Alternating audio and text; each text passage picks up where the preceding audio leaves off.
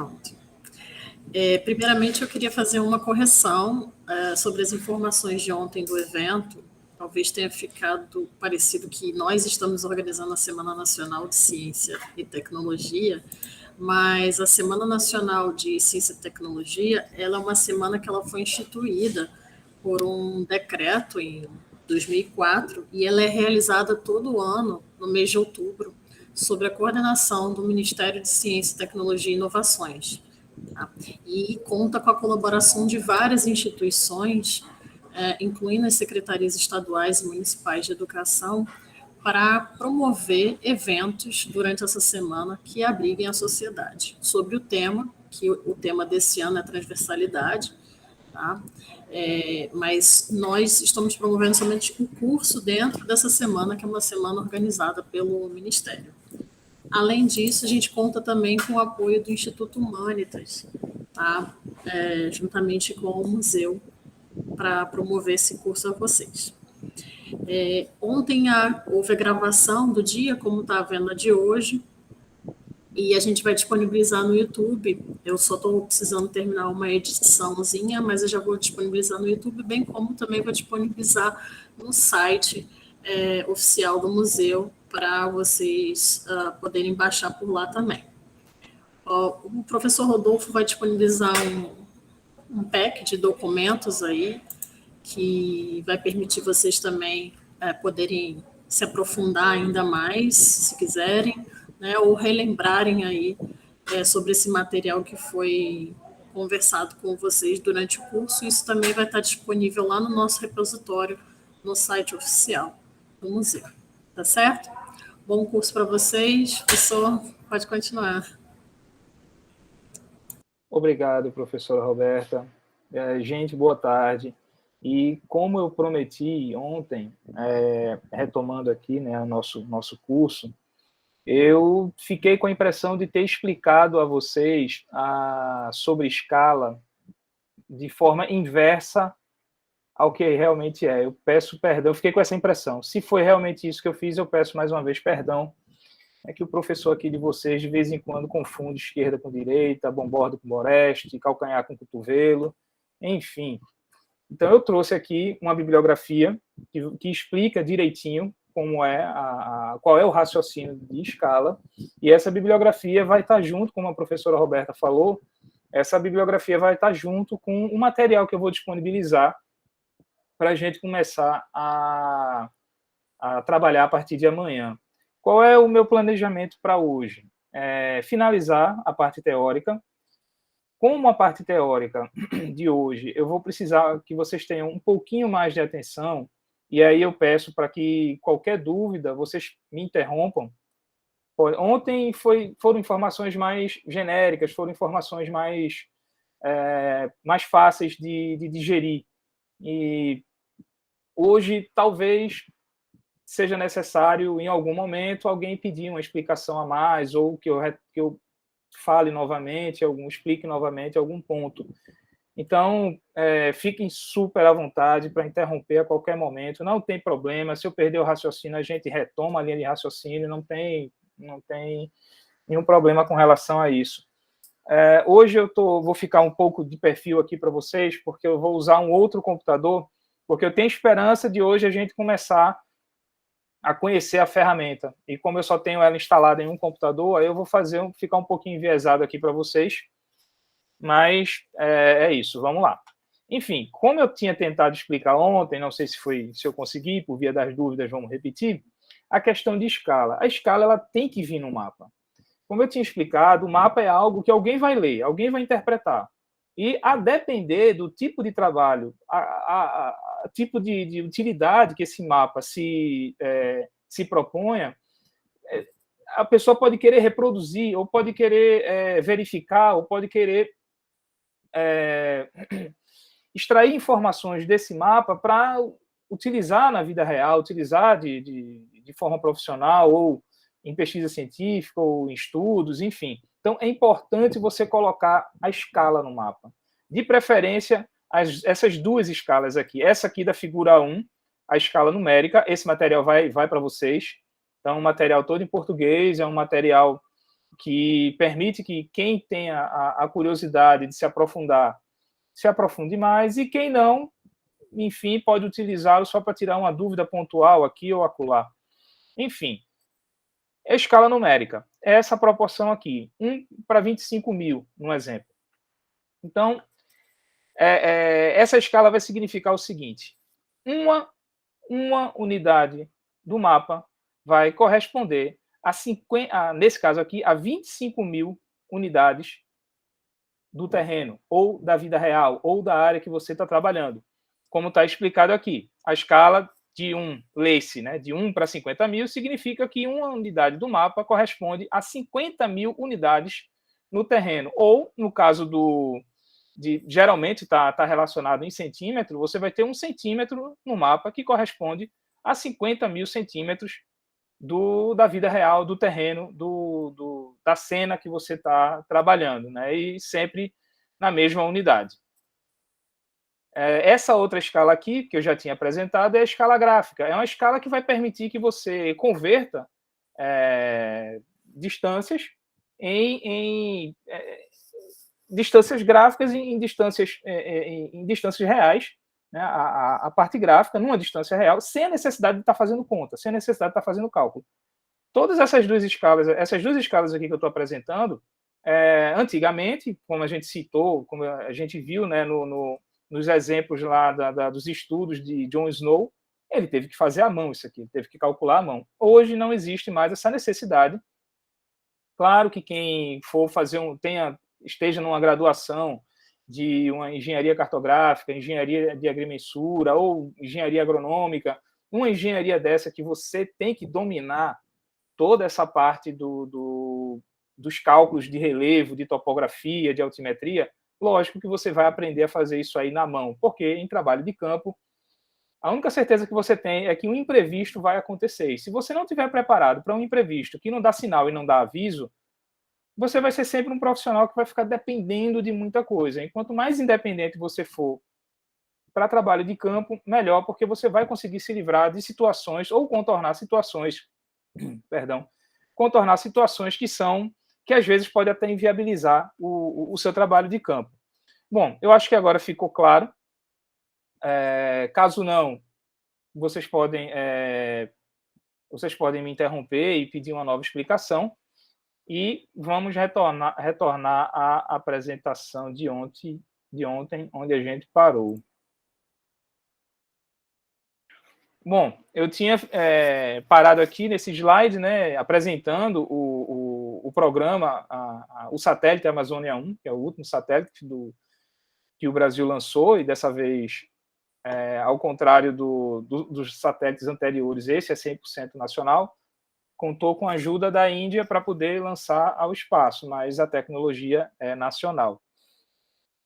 Enfim, eu vou mostrar hoje que o sensoriamento remoto, a ciência do sensoriamento remoto, ela abrange mais do que satélite. A gente vai trabalhar principalmente imagens de satélite, mas eu quero aproveitar a oportunidade para mostrar que essa ciência, ela significa também coisas do nosso dia a dia.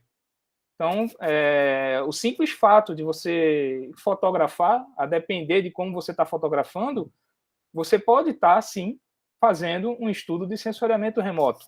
Porque qual é a condição? Entre o sensor e o alvo, ou cena, ou objetivo, não ter comunicação. E o que é que o sensor vai captar?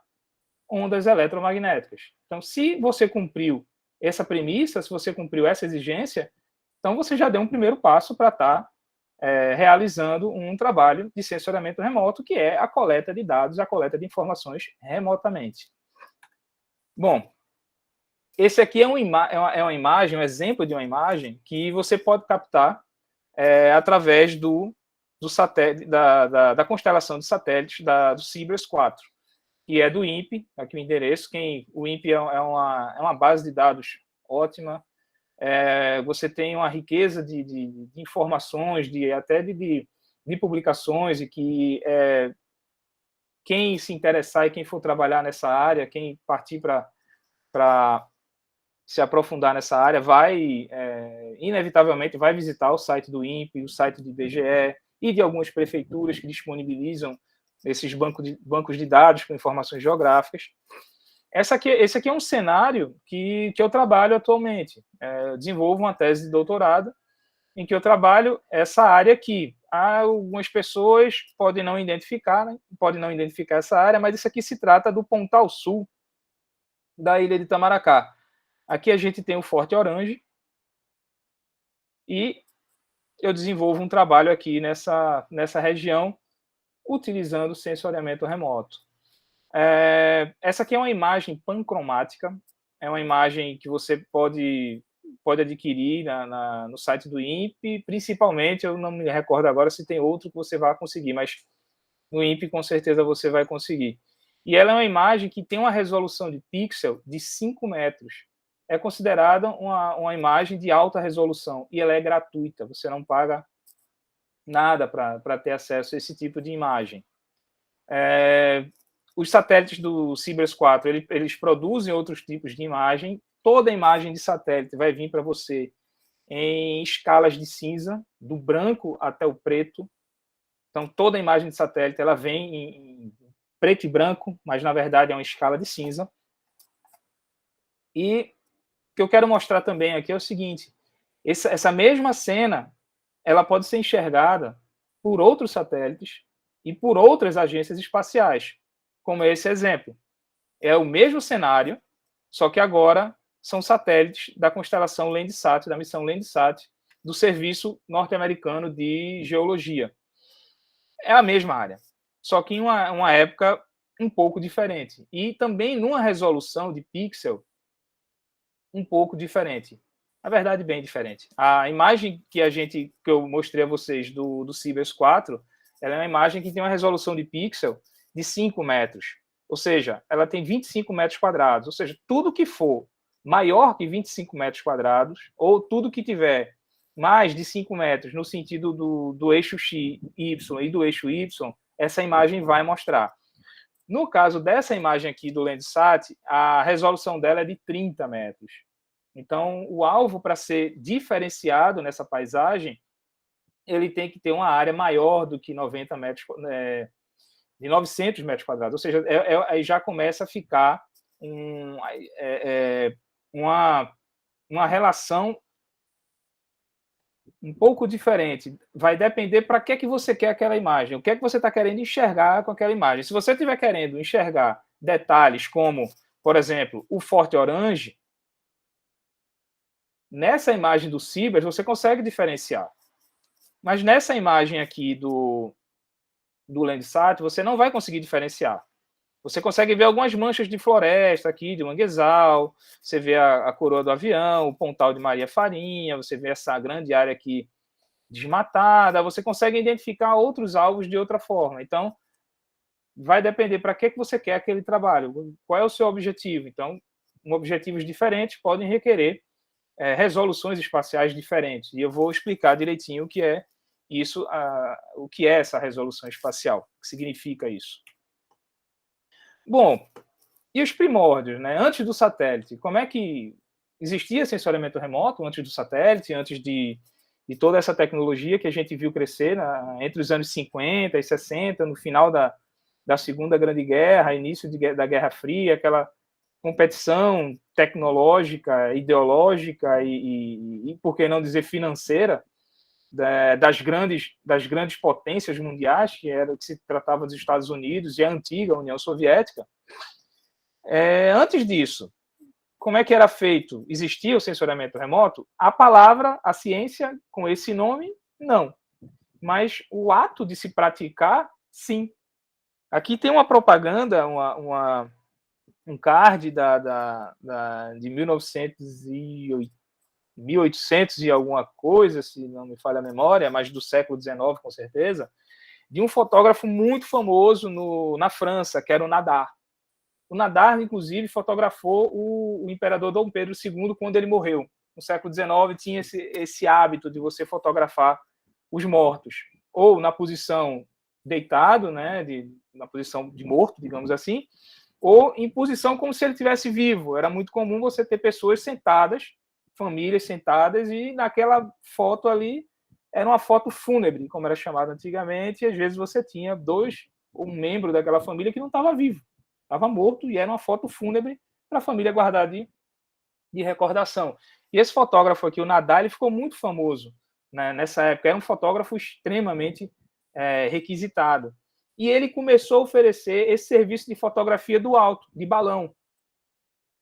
Está cumprindo uma exigência primária do sensoriamento remoto. Qual é? Você tem um sensor que não tem contato físico nenhum com o teu alvo, com tua cena que você quer imagiar, e você adquire aquela imagem. Então, você utilizou a onda eletromagnética que está sendo refletida por aquele cenário, ou por aquele objeto, por aquele alvo, e você está registrando isso. É dado, é informação. Tudo bem, é analógico ainda, não é digital, você não pode agregar informações a isso.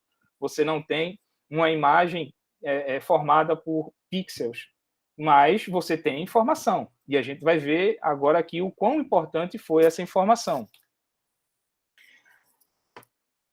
E aí a gente tem também o início das imagens aéreas, né? o pombo fotógrafo, que foi de uma utilidade tática, militar, muito utilizado. Foi algo que foi não só o pombo correio para levar recados ou até documentos, mas para fazer fotografia. E ele foi muito usado durante a Primeira Guerra Mundial, ou antes dela também. Na Segunda Guerra também se utilizou pombo fotógrafo. E aí você conseguia ter imagens e você conseguia se planejar a partir dessas imagens aqui, que um animal fotografou. E era de uma utilidade tática muito importante. Então, os primórdios de sensoriamento remoto, eles são bem mais simples e até curioso, né? Você usar um animal para fazer isso. Hoje a gente vê a National Geographic, a Discovery Channel, colocando câmera em tudo quanto é bicho, e essa é uma ideia extremamente antiga. Uma outra forma, isso aqui foi o resultado das explosões nucleares em Nagasaki e Hiroshima, e as primeiras fotografias, depois de um hecatombe nuclear desse, você não tem nada eletrônico funcionando. Então, as máquinas eram totalmente mecânicas. E o pessoal conseguiu fazer imagens aéreas através de pipas, colocando câmeras acopladas em pipas e lançando essas pipas próximas às áreas que eles queriam fotografar, para se ter uma noção da extensão do estrago. Você não tinha nada funcionando que precisasse de algum componente eletrônico.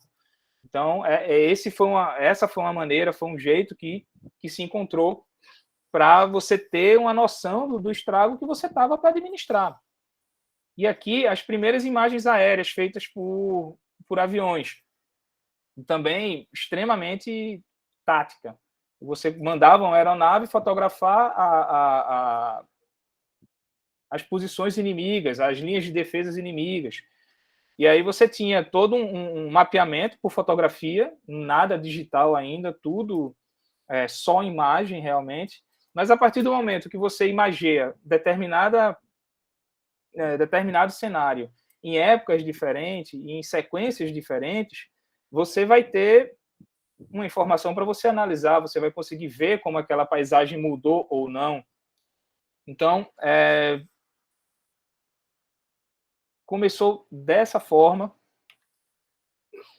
e foi evoluindo. À medida que se evoluiu a ciência aeronáutica, a ciência de fotografia, a fotogrametria, a ciência da fotogrametria foi evoluindo muito junto com todas essas tecnologias eletrônicas que a gente tem hoje, com a computação.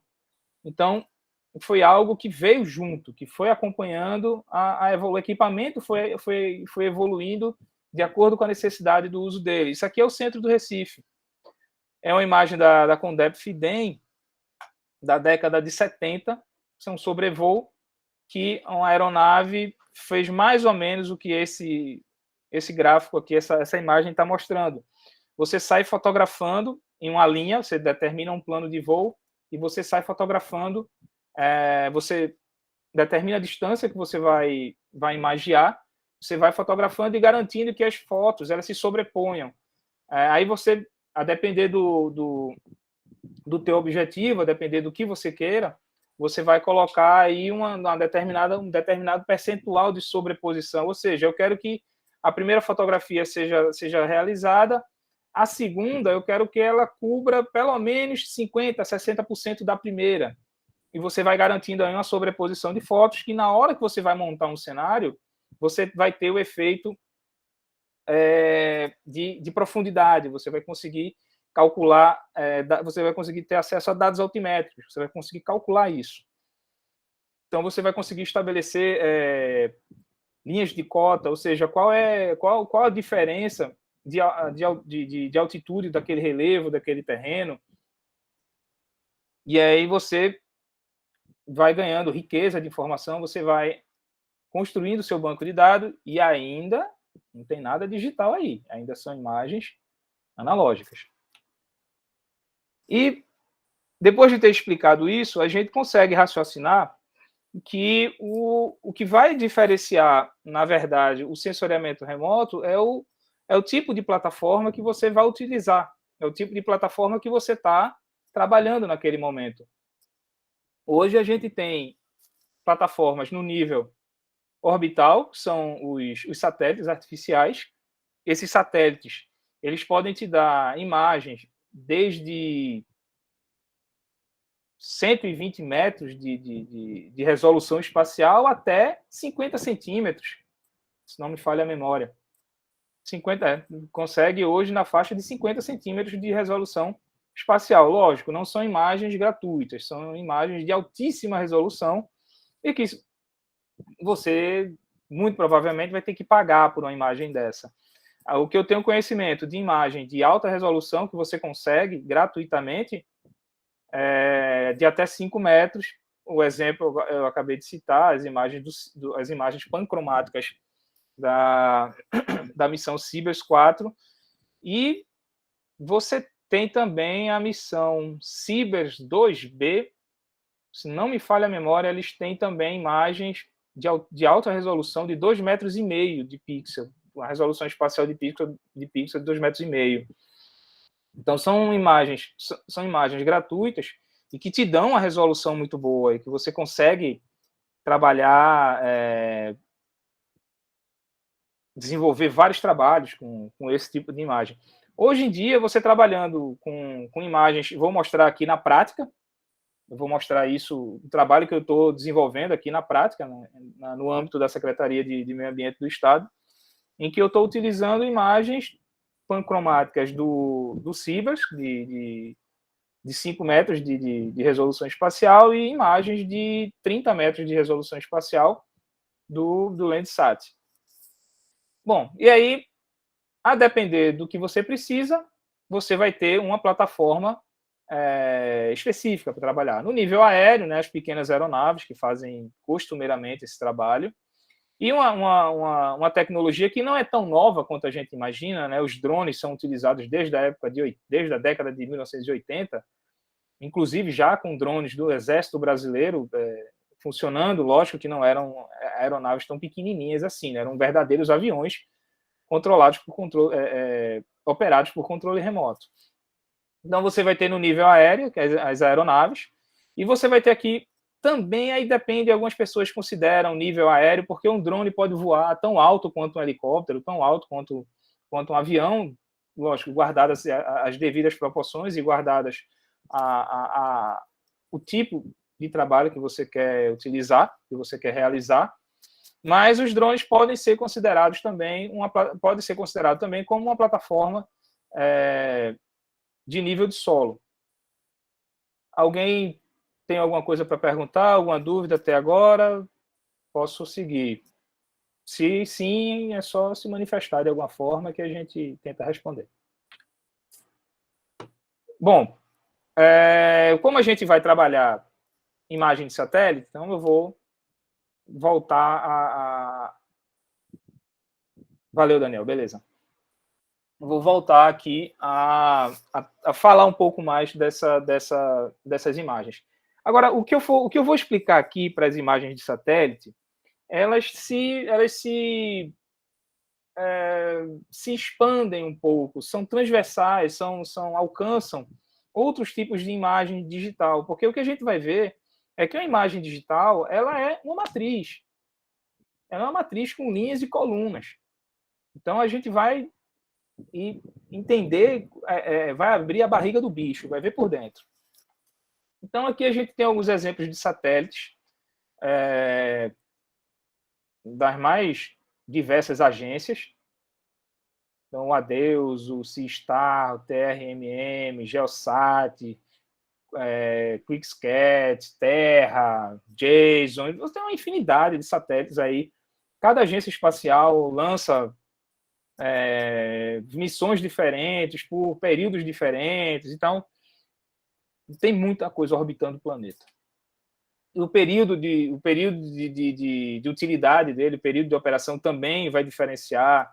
Então, você tem desde o fim da década de 1990 até o presente, né, e outros que foram mais curtos, só foram um ano de trabalho aqui, como o ADEUS 2, que é da agência japonesa. Você tem também alguns satélites que foram programados para trabalhar até determinado ano, mas viu-se que ele poderia continuar trabalhando um pouco mais. Foi comum acontecer isso nos satélites Landsat, do Serviço Geológico Norte-Americano, que eles sempre trabalharam um pouquinho além do período esperado para que ele terminasse a missão. As várias agências, né, que a gente tem ao redor do mundo, japonesa, a NASA, americana, você dentro dos Estados Unidos você pode ter uma agência dentro de outra. Ou seja, o mesmo país, às vezes, tem duas agências, uma militar, outra mais civil, ou dentro de uma agência tem uma partição dela que tem um determinado trabalho mais específico. Então, isso vai de país para país, quanto maior o poder aquisitivo do país, né, quanto maior a influência, tanto econômica quanto bélica desse país, mais ele vai investir nesse tipo de equipamento, porque você monitora o planeta a partir daí, né? Então, tem muita coisa que a gente vê em filmes, que de repente a gente, na inocência ou sendo leigo, a gente, isso é coisa de filme. E às vezes não é.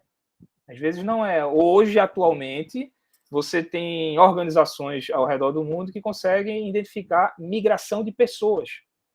Ou seja, você tem uma área que está em conflito, você tem uma área que está passando por um problema ambiental muito sério, e você consegue enxergar populações migrando, populações saindo de um lugar para o outro, e você consegue identificar qual a rota mais provável que essa população vai usar, e você consegue avisar autoridades, e você consegue planejar como socorrer aquela população, ou como avisar determinado país que, aconteceu um problema aqui, uma seca muito grande, e as pessoas estão se deslocando aí, estão indo em direção à tua fronteira. Vamos ver como é que a gente resolve esse problema? Isso está acontecendo na África agora. E também está acontecendo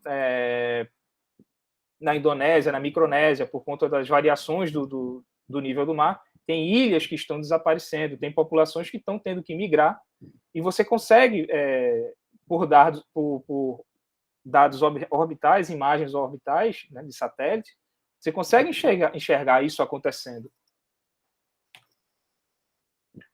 Aqui, não se assuste não com tanto gráfico, não. É muita informação, mas a gente vai destrinchando aqui. Vamos lá. Aqui é para exemplificar que a gente vai ter dois tipos de sensores principais. A gente vai ter o sensor passivo. Por que um sensor passivo? Porque ele vai captar a energia eletromagnética que o alvo reflete para ele. Ou seja, quem é a fonte de energia para essa reflectância acontecer? É o Sol. Então, você tem o Sol incidindo sobre a Terra, os objetos, os cenários sendo afetados pela energia que chega do Sol, e essa energia é refletida. Uma parte é absorvida, a outra é refletida. Então, você cria sensores que vão captar isso que foi refletido. Então, esse é o sensor passivo. ele vai esperar uma reflectância chegar ao sensor dele. O outro tipo de sensor é o ativo. Então, aí a gente vai entrar aqui com os instrumentos de radar, principalmente eles, e aqui você tem a distinção. Você tem a classe do sensor, aí você vem para o tipo de sensor, aí você tem a qualidade, o que é que ele vai observar primeiro e outras variáveis que você vai conseguir tirar dessa observação primária. Né? E, geralmente, o ativo é o radar. A gente tem um outro hoje, que na verdade não é de hoje, é um pouco mais anterior, que seria o LiDAR. O LiDAR são lasers, canhões de luz, que você sai mandando vários por segundo, vai atingindo o solo, vai atingindo as árvores, vai atingindo os alvos e vai voltando. E aí você consegue, só que aí você não está coletando uma imagem, você está coletando pontos que são refletidos. Quando você tentar criar a sua imagem, você vai ter lá uma nuvem de pontos que representam uma coordenada geográfica e uma informação numérica, um dado numérico, que é mais ou menos como a gente consegue trabalhar com imagens de drone. A gente consegue transformar a imagem de drone em nuvens de pontos. E isso, no caso do laser e no caso do radar, são fontes ativas. Por quê? O radar ele vai emitir uma onda eletromagnética e essa onda vai ser refletida no alvo que ele está querendo, observar, e o sensor vai captar isso. Ou seja, eu sei o que eu estou mandando, para onde eu estou mandando, e eu sei o que eu quero coletar. O sensor ele é específico para coletar a reflectância da onda eletromagnética que ele emitiu. Então, ele sabe o que ele está emitindo e ele sabe o que ele vai receber.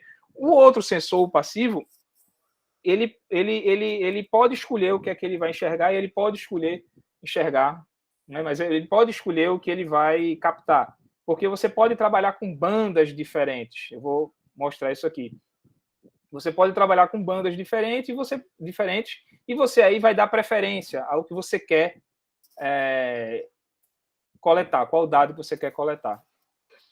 Bom, isso aqui o exemplo do que eu falei, né? Você tem o satélite que vai receber toda a reflectância das ondas eletromagnéticas que vão chegar no sensor dele. O dado bruto vai ser mandado para uma estação e essa estação vai mandar para alguém que vai observar o fenômeno que ele quer trabalhar. Nesse caso aqui, está se trabalhando propriedades oceânicas. Aí pode ser altura de onda, pode ser clorofila, pode ser matéria em suspensão, pode ser temperatura superficial da água do mar. Então, tudo isso vai estar relacionado ao tipo de banda que você está trabalhando e o tipo de dado que você quer analisar. Aqui também a mesma imagem, mas correlacionando a questão da energia solar que vai ser refletida e que o sensor vai captar. Esse outro gráfico aqui, ele está mostrando as janelas de observação. Ou seja, nem tudo que vai ser refletido vai chegar no teu sensor. Então, aqui nessa escala, essa brechinha de nada aqui é o visível. Essa janela aqui é a janela do visível. Então, de tudo o que pode ser enxergado, a visível, que é a nossa, que é o que a gente está enxergando agora nesse exato momento, ela é bem estreita, ela é bem curtinha. Só que você pode analisar outras ondas, você pode analisar outras bandas.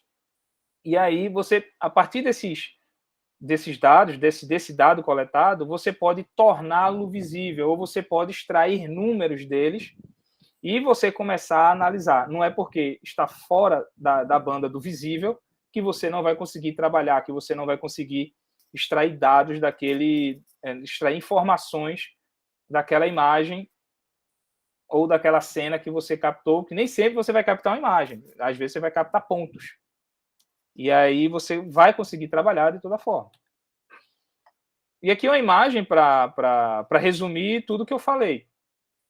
A fonte de energia, agora aqui, um sensor passivo.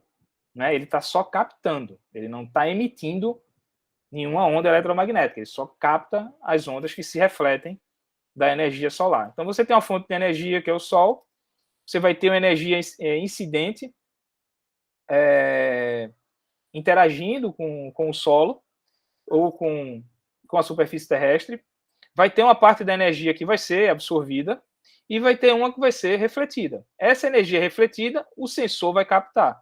Vai ter também um tipo de energia que é emitida pela superfície da Terra, que também você pode ter sensores que vão captar essa energia emitida, só que ainda continua dependendo de uma fonte de energia natural, no caso, o Sol. E aí, o satélite, a plataforma que contém o sensor, vai mandar isso via rádio para uma estação de recepção, uma estação em terra. Que é o que a NASA faz. Envia satélites, esses satélites coletam dados, e esses dados são descarregados em algum centro de recepção, em alguma estação de recepção da NASA. Bom, agora vamos abrir a barriga de uma imagem de satélite. Né? Então, como eu falei muito aqui, insistentemente, tudo vem a partir da radiação eletromagnética, REM, ondas eletromagnéticas. Então, essas fontes podem ser divididas em naturais, Sol, a Terra, a radioatividade, são, como mostrou na figura anterior, a Terra também pode emitir isso. Também substâncias radioativas também vão emitir isso. Então, você tem também a parte de estudos geológicos e estudos de mineração que são feitos também por aeronaves, só que em vez de sobrevoar uma área fotografando, ela sobrevoa uma área com um sensor que vai captar essa emissão de radioatividade ou de energia que está vindo da Terra. E aí você consegue diferenciar jazidas de diferentes minerais ou de diferentes substâncias. Isso pode ser feito via satélite também. E as fontes artificiais, como eu falei, o radar e o laser. O exemplo que eu utilizei para o laser foi o LiDAR, que geralmente ele é acoplado a helicópteros e a aeronaves pequenas, mas já existem também drones que fazem esse tipo de serviço e quem tiver qualquer 2 milhões de reais sobrando consegue comprar um. E aqui uma imagem que tenta retratar o que é uma radiação eletromagnética. Né? Então, a luz. Radiação eletromagnética, luz. Se for dentro do espectro do visível, é a luz que a gente consegue enxergar. Então, ela vai se comportar de duas formas, às vezes ao mesmo tempo. Então, numa situação, a onda ela pode ser em formato de onda, a luz pode se comportar como onda em determinadas situações e ela pode se comportar como partícula em outras situações, em casos mais específicos. Então, a luz ela tem essa capacidade física de se comportar como onda ou como partícula e, às vezes, como os dois. Aí, quem tiver a curiosidade pode investigar e vai encontrar nomes como Newton, Einstein, pessoas cientistas que trabalharam esse aspecto da luz, que não é o objetivo aqui destrinchar isso, né? A gente vai ficar bem superficialmente no assunto, só o suficiente para a gente entender, por exemplo, como a imagem de satélite vai ganhar tonalidades de cores, vai entender qual é o tipo de imagem de satélite que o Google Earth está utilizando, que na verdade é uma imagem de satélite, mas é uma imagem travada, que você não consegue tirar todas as informações que você consegue tirar quando você pega uma imagem de satélite direto da fonte dela. Você pega aquela imagem para tratar ela em bandas individualizadas. As imagens do Google Earth, pelo Google Earth, você não consegue extrair ela em bandas diferentes. Você vai encontrar só uma única banda, que foi o tratamento que o Google Earth deu. Caso você tenha uma conta de desenvolvedor, que é gratuita, você pode se inscrever para ter uma conta de desenvolvedor, você passa a ter acesso aos dados do Google Earth e você vai poder, a depender do teu nível de conhecimento, você vai começar a tirar mais informações e mais dados do que você tira utilizando apenas o Google Earth, que está disponível no computador de qualquer pessoa hoje em dia, né? E aqui o interesse, qual é o interesse do sensoramento remoto, né? Você tem a fonte natural mais importante, que é a radiação eletromagnética, e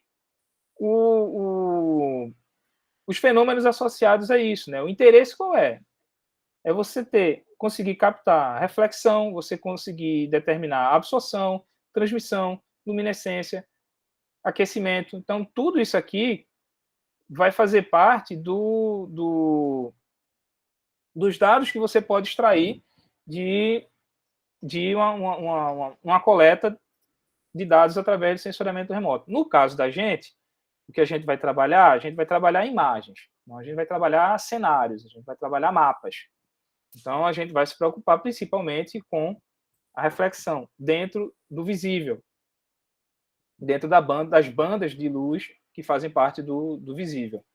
E aqui, cada fonte de radiação eletromagnética é caracterizada pelo seu espectro de emissão.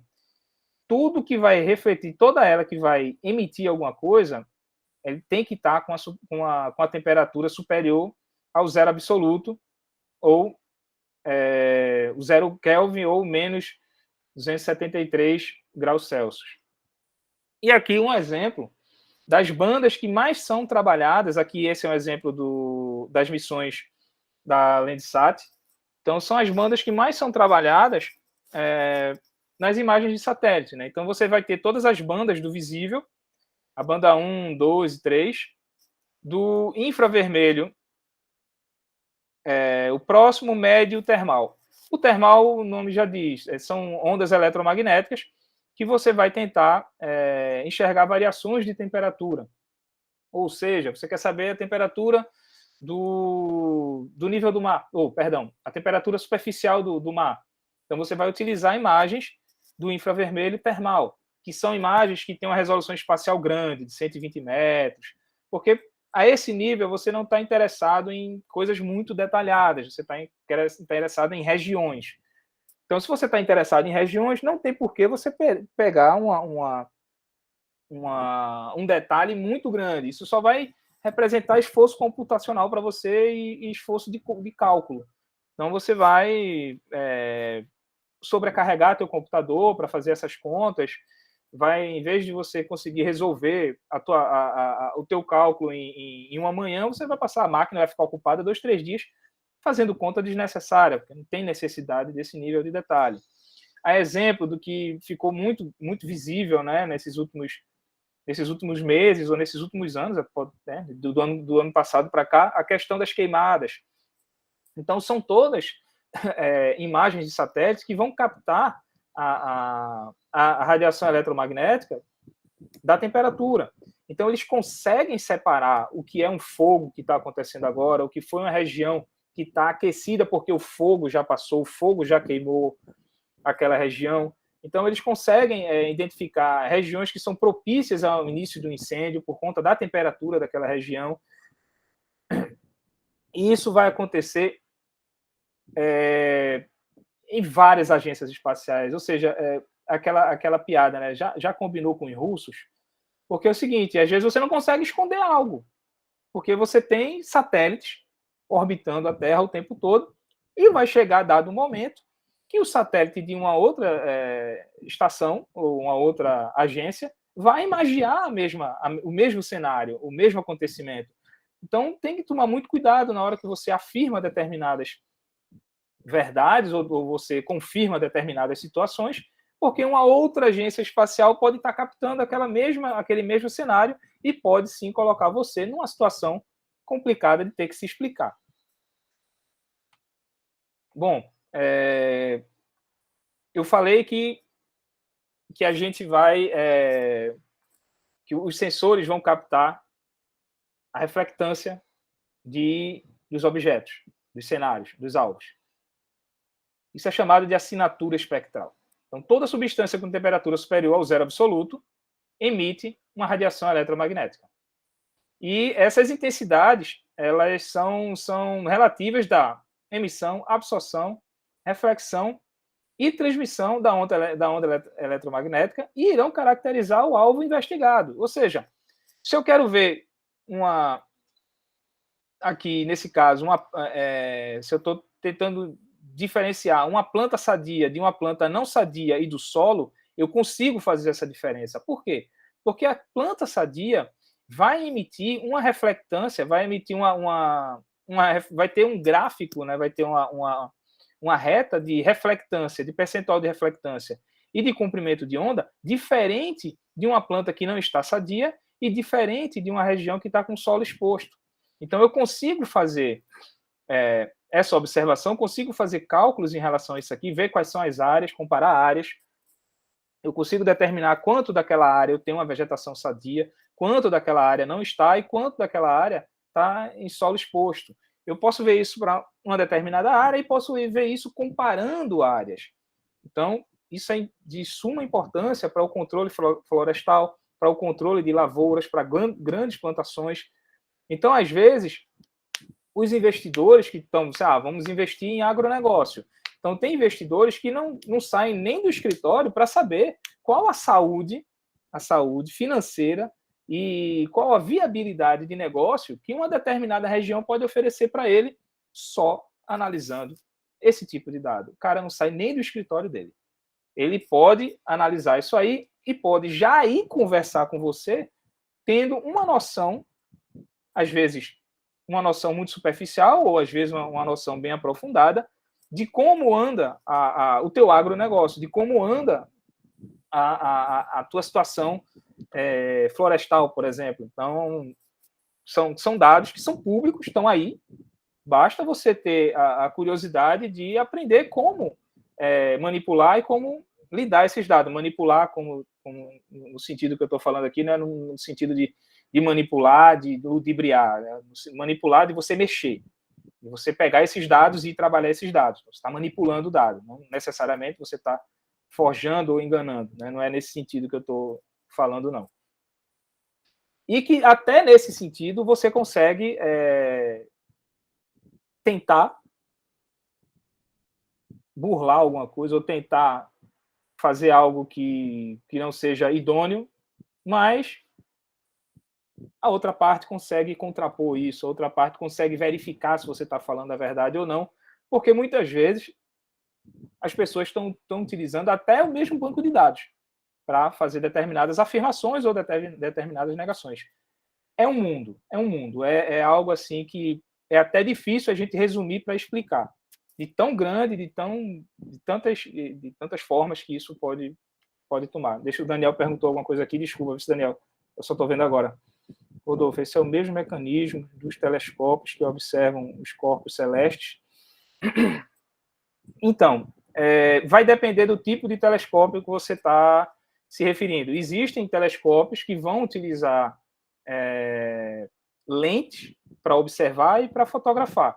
Como os sensores das lentes hoje mudou, são sensores digitais, sim, em alguns casos você está fazendo um sensoriamento remoto, digamos assim, inverso, né? Em vez de estar lá fora querendo enxergar aqui dentro, você está aqui dentro querendo enxergar lá fora, mas você depende de uma energia que chegue lá de fora e venha para o seu sensor.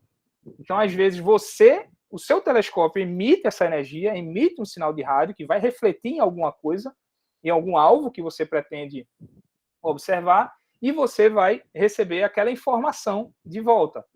Então, sim, em alguns casos, você pode entender dessa forma, porque parte daquele princípio. Vamos relembrar a exigência. Qual é a exigência? É você captar onda eletromagnética de um alvo que está distante de você e você não tem contato físico com aquele alvo. Então, se atender a essa premissa, você já deu um primeiro passo para ser sensoriamento remoto. Porque você está observando, sensoriando algo à distância. Então, você consegue já começar a estabelecer essa relação. Existe uma discussão que é o seguinte, tem que ser, qual é o dado, qual é o sensor tem que captar o quê? Onda eletromagnética. Beleza. Tá certo? Luz. Mas se eu estiver utilizando um sonar, o sonar consegue também,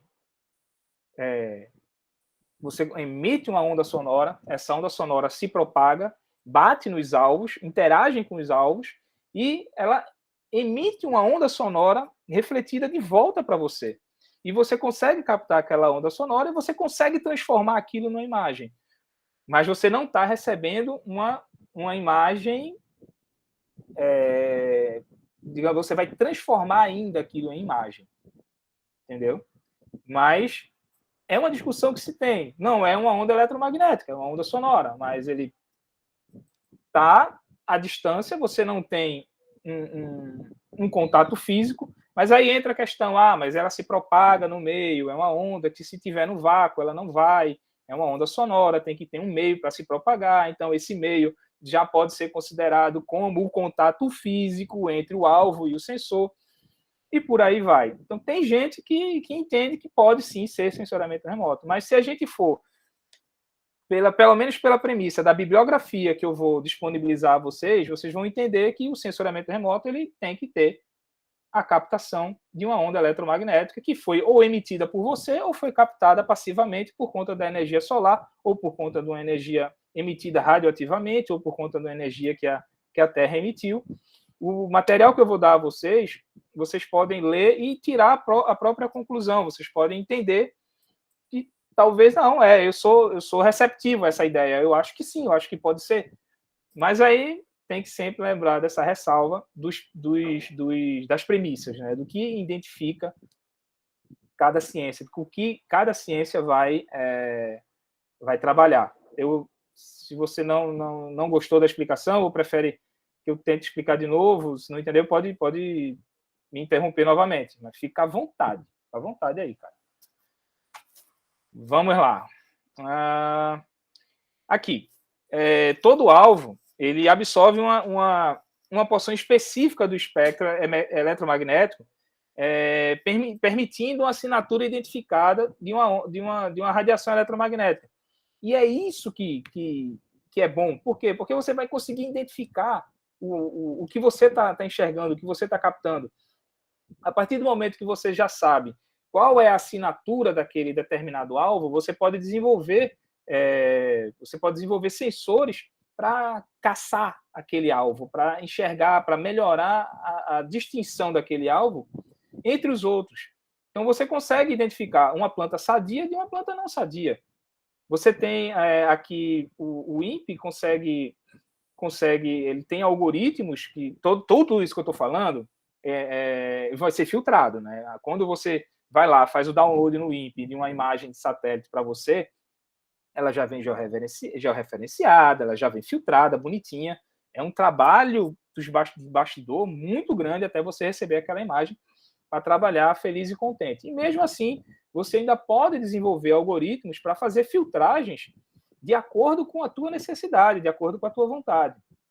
Então, uma coisa muito boa é realmente essa noção da assinatura espectral, porque você vai começar a distinguir alvos. E isso é importante no decorrer do teu trabalho, no decorrer da tua necessidade. Às vezes não. Às vezes você não quer distinguir nada, às vezes você quer, o seu trabalho exige que você tenha uma imagem da área, uma localização, por exemplo. Eu ajudei há um tempo atrás um pessoal do curso de biologia aí da Católica.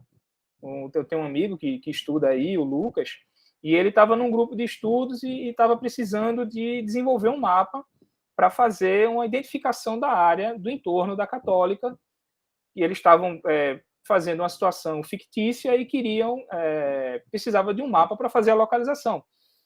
E eu ajudei os meninos e mostrei, você pode utilizar dados de satélite, imagem de satélite, mas você não precisa utilizar a imagem de satélite bruta.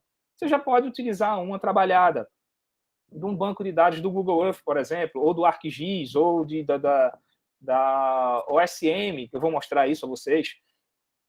Então, você já pode trabalhar aquilo lá. A maioria dos trabalhos vai ser realmente para localização de área. Como aqueles exemplos que eu mostrei ontem, principalmente na bacia de Campos e Santos, em que eu puxo um detalhe da imagem só para identificar 2 blocos de exploração de petróleo, o Xerelete Sul e o Xerelete Norte, Xerelete Sul, enfim, não lembro direito agora. Mas o que eu utilizei aquilo ali para quê? Só para localizar uma área, só para destacar uma área. Por quê? Muito provavelmente, ao longo de um texto, você explicou como uma área era e você queria só identificar essa área. Não seria, você chegou num nível de construção de mapas, mas você não chegou naquela necessidade de identificar assinaturas espectrais para diferenciar alvos. Então, você cumpriu o seu trabalho, a função do teu trabalho era aquela, você parou por ali, pronto, serviu. Né? E aqui, a assinatura espectral, ela vai te dar 2 componentes para que você diferencie. Né? O comprimento de onda absorvido, esse aqui, e a intensidade de reflectância, essa aqui no eixo Y, percentual, né, intensidade de reflectância, e aqui o comprimento de onda que o teu determinado alvo absorve. Aí aqui nesse novo gráfico, você pode ver que ele até diferencia o concreto da grama, do solo arenoso, do asfalto, da água. Por quê? Porque cada alvo desse, toda vez que eu chamar de alvo, eu estou querendo designar o que você está querendo enxergar. Quando eu falar cenário, é porque você está querendo enxergar uma área. Se eu falar alvo, é porque é uma coisa mais específica. Uma estrada dentro do cenário é um alvo. Então, uma linha de asfalto, uma estrada, concreto, o que está construído ao lado da estrada, o solo arenoso, um descampado, grama, campo de futebol, por aí vai. Então, cada um vai emitir uma assinatura espectral. Então, vamos lá. Deixa eu só... Então, a gente entendeu agora. Se não, por favor, me avisem. A gente entendeu que a gente vai captar radiações eletromagnéticas e a primeira característica dessa radiação eletromagnética é que ela vai possuir uma assinatura espectral. Então, você vai conseguir diferenciar alvos. Você vai conseguir diferenciar cenários. E agora a gente vai entrar na imagem de satélite em si. Como eu falei, é uma matriz. Ah, professor, onde é que eu vou usar álgebra linear na minha vida? Ah, professor, para que eu quero saber de matriz e vetor? Não sei. Talvez não precise. Mas caso precise, aqui está um uso extremamente clássico de cálculo de matrizes. Então, a imagem de satélite é uma matriz com linhas e colunas, tal qual a gente aprendeu em matemática, e que, quando você vai dar um zoom, quando você vai estourar isso, vai pixelar essa imagem, você vai chegar aqui ao nível do pixel.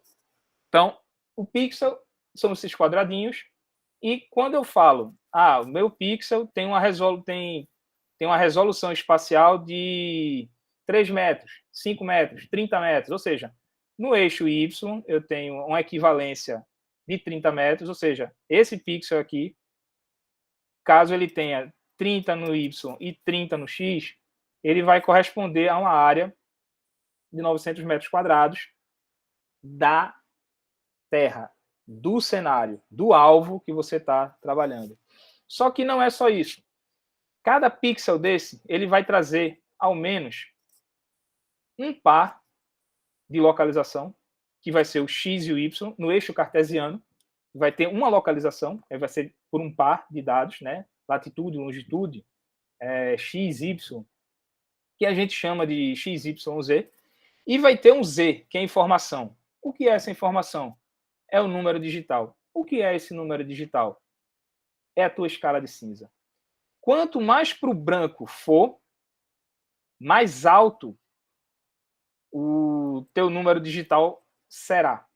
Quanto mais para o preto for, mais baixo o teu número digital será. Só que você pode pensar, o branco eu tenho uma riqueza de dado e o preto eu tenho uma pobreza de dado. Não. Isso é uma escala que vai identificar o teu tom de cinza, a tua escala de cinza. Então, Quanto mais branco for, mais alto teu número digital. Quanto mais perto do preto for, mais baixo o teu número digital. Numa imagem que a gente vai trabalhar aqui de 8 bits, significa que ela vai de 0 a 255. Então, a escala vai ter 256 tonalidades, né? Porque o zero conta. Então, você vai de 0 a 255 com a escala de 256 tonalidades. E tem algo que vai ajudar a entender. Quando você tira aquela fotografia que o branco estoura, o branco estourou na fotografia, você não consegue enxergar nada por conta daquele branco. Aquilo, na verdade, é ausência de dado. É muito mais fácil você conseguir revelar uma fotografia digital, você conseguir extrair dados de uma fotografia digital que ficou escura, do que você extrair dados de uma que estourou o branco. Estourar o branco é ausência de dado. Você não vai ter dado nenhum ali. Pouco você vai poder fazer para resgatar alguma coisa dali de dentro. Se ficar muito escuro, é o inverso. A chance de você conseguir resgatar algum dado ali é maior, porque quanto mais escuro for, maior concentração de dado.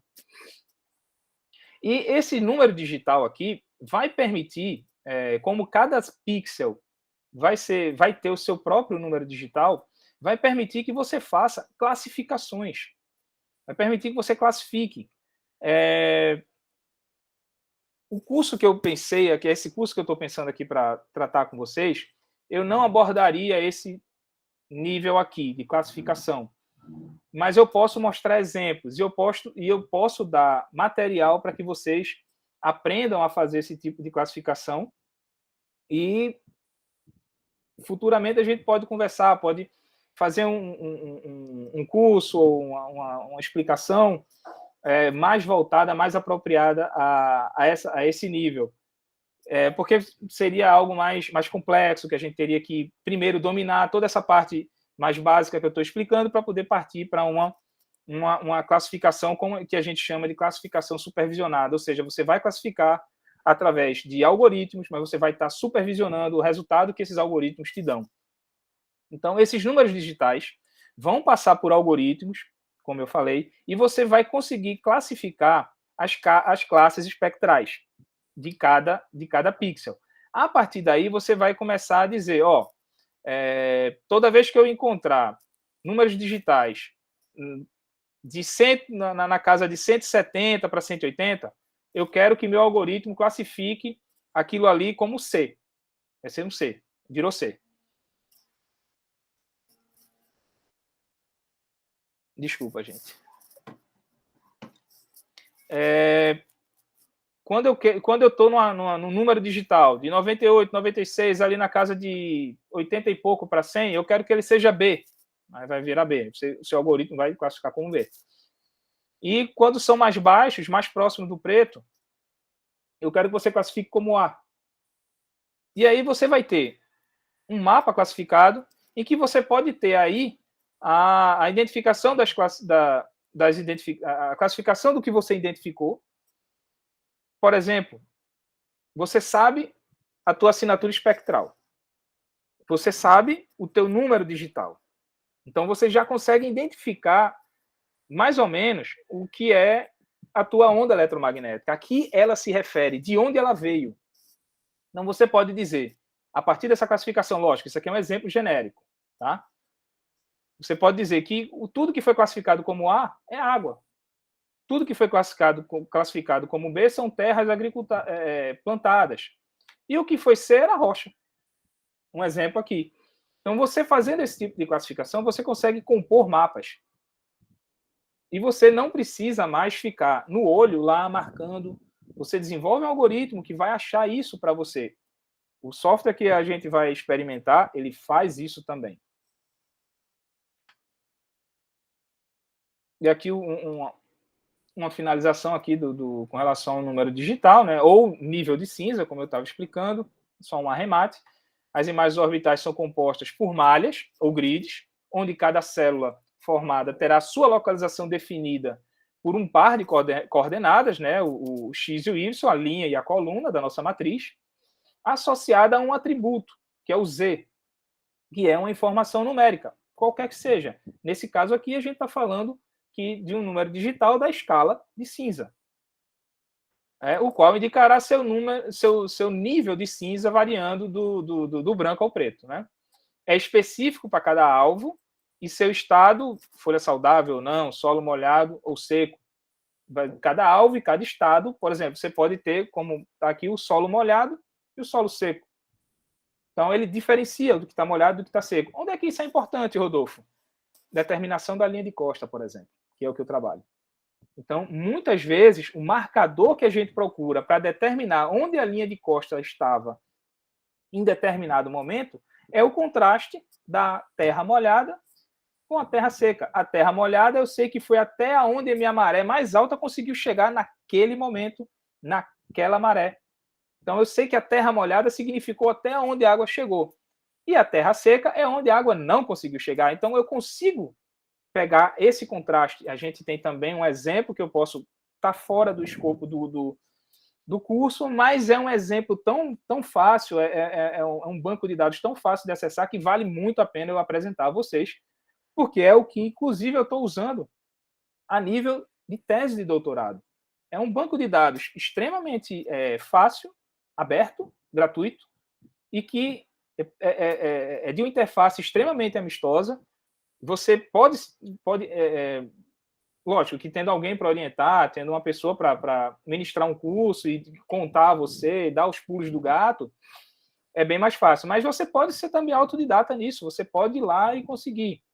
E foi como eu comecei, né? Depois que eu vi que eu comecei a ser cobrado de outras formas, aí sim eu comecei a me especializar mais um pouco e não pude ficar mais só naquela de apertar botão e acreditar no que o software estava me devolvendo como resultado, porque muitas vezes vem errado. Geralmente, nessa parte de modelos matemáticos, de algoritmos, a gente tem um jargão que é a porcaria que entra é a porcaria que sai. Estou falando porcaria para pegar leve. O nome que a gente usa é outro. Mas, assim, o que você botou de ruim como alimento para o teu modelo, ele vai devolver ruim. Então, se você colocar bom, ele devolve bom. Se você colocar ruim, ele devolve ruim. Então, é um modelo matemático. Você construiu aquilo, então ele vai trabalhar com a qualidade do dado que você empurrar para ele. Então, a porcaria que entra é a porcaria que sai. Se for um dado bom, vai sair coisa boa. Se não for, vai sair coisa ruim. E, mais uma vez, o nível menor que a gente vai trabalhar aqui é a célula, é o pixel. Né? A pixel, que significa picture element no inglês, é a abreviatura pixel. Bom, e aqui, mais uma vez, a história do comprimento de onda com a reflectância, as três bandas das cores primárias principais que a gente vai trabalhar, que é o B, que é o azul, blue, green, red, que as imagens, quando a gente fala a imagem RGB, a imagem red, green, blue, significa que a gente está trabalhando com essas três cores primárias, o vermelho, o verde e o azul. E brincar com essas cores é que vai dar a tonalidade das imagens de satélite, como a gente vai ver. Bom, a utilidade é praticamente ilimitada. Né? Você vai ter desde da parte de conservação marinha, você vai conseguir extrair concentrações de clorofila, altura de onda, salinidade, tensão do vento, espessura do gelo, turbidez da água, temperatura da superfície do mar, concentração do material particulado na coluna d'água. Por que eu estou falando tanto? Toda vez eu sou tendencioso ao exemplo no mar ou na costa, porque é a minha formação. Mas isso você consegue extrapolar para outras áreas. Assim, o exemplo básico que eu estou dando, o exemplo base aqui, ele não é limitador da ciência, ele não é limitador dessa tecnologia. Você pode extrapolar isso para... Eu fiz um curso aqui na Fundage, na Fundação Joaquim Nabuco, com um professor que foi formado no INPE, no nosso Instituto de Pesquisas Aeroespaciais. E eu aprendi isso que eu estou passando para vocês, muito eu aprendi estudando o Vale do Catimbau. E você consegue transportar com muita facilidade o que você viu em terra firme, você consegue trazer com muita facilidade para ver regiões costeiras, para ver regiões de aquíferos, para ver regiões lagunares ou regiões marinhas, oceânicas, e vice-versa. Porque o que você precisa entender são os conceitos.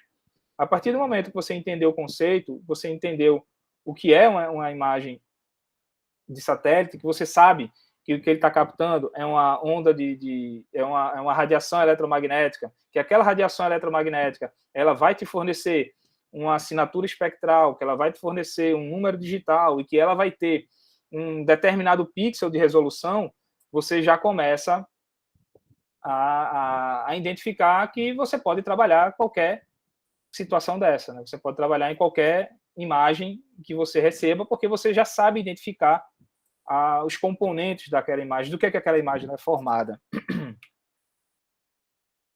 E aqui um exemplo de uma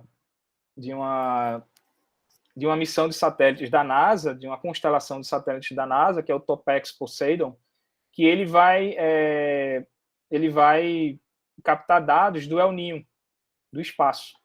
Então, ele vai acompanhar, monitorar, sensoriar as anomalias que o El Niño provoca.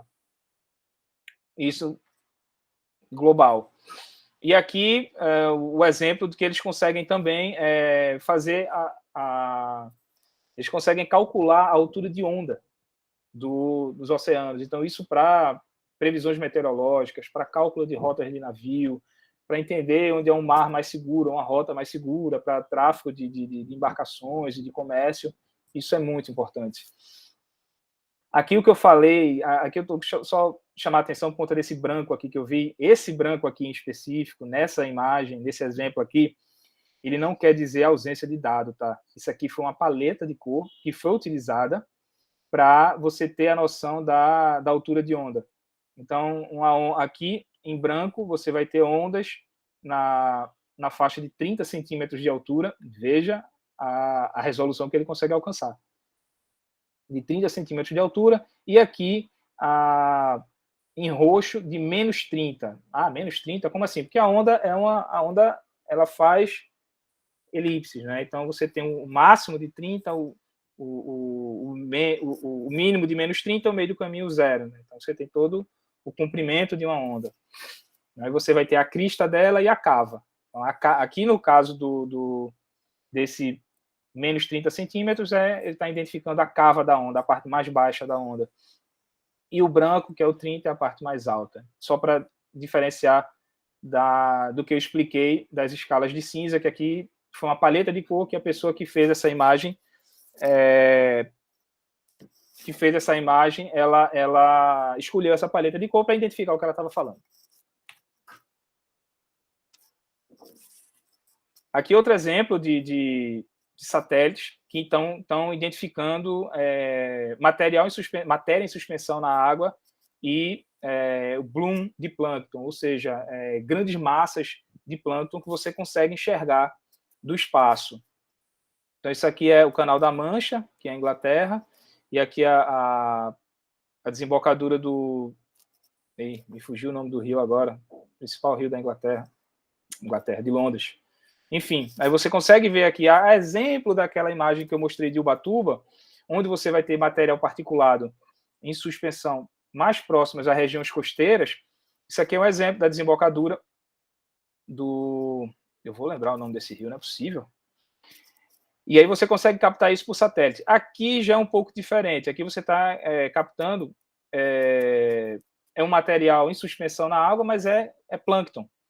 Então, às vezes, as bandas que vão enxergar esses alvos podem ser bandas diferentes. Eu quero enxergar esse material particulado que está em suspensão, mas que veio de um rio.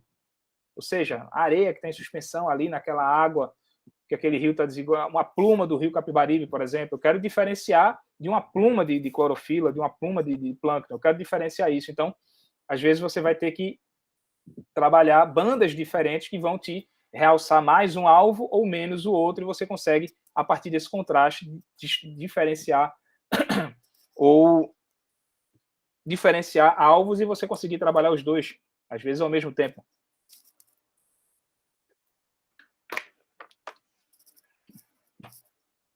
Então, o importante aqui é vocês perceberem o quanto você consegue a partir de uma imagem de satélite, o quanto você consegue destrinchar a partir de uma imagem de satélite. Bom, esse aqui é o MERIS, esqueci de falar, que é da Agência Espacial Europeia. E esse aqui é o MODIS, que é da Agência Espacial Norte-Americana, a NASA. Os dois vão enxergar a mesma coisa. São equipamentos de agências espaciais diferentes, mas que vão enxergar a mesma coisa, vão procurar os mesmos tipos de alvos. Nesse caso aqui, a gente tem um bloom de microalgas, um bloom de fitoplâncton, que está sendo acompanhado por um satélite, nesse caso, um satélite da constelação da missão MODIS, e você vê que isso aqui também pode te denunciar a direção de uma corrente. Então, você procurando massas planctônicas, o deslocamento de massas planctônicas no oceano, você pode identificar também o direcionamento de correntes.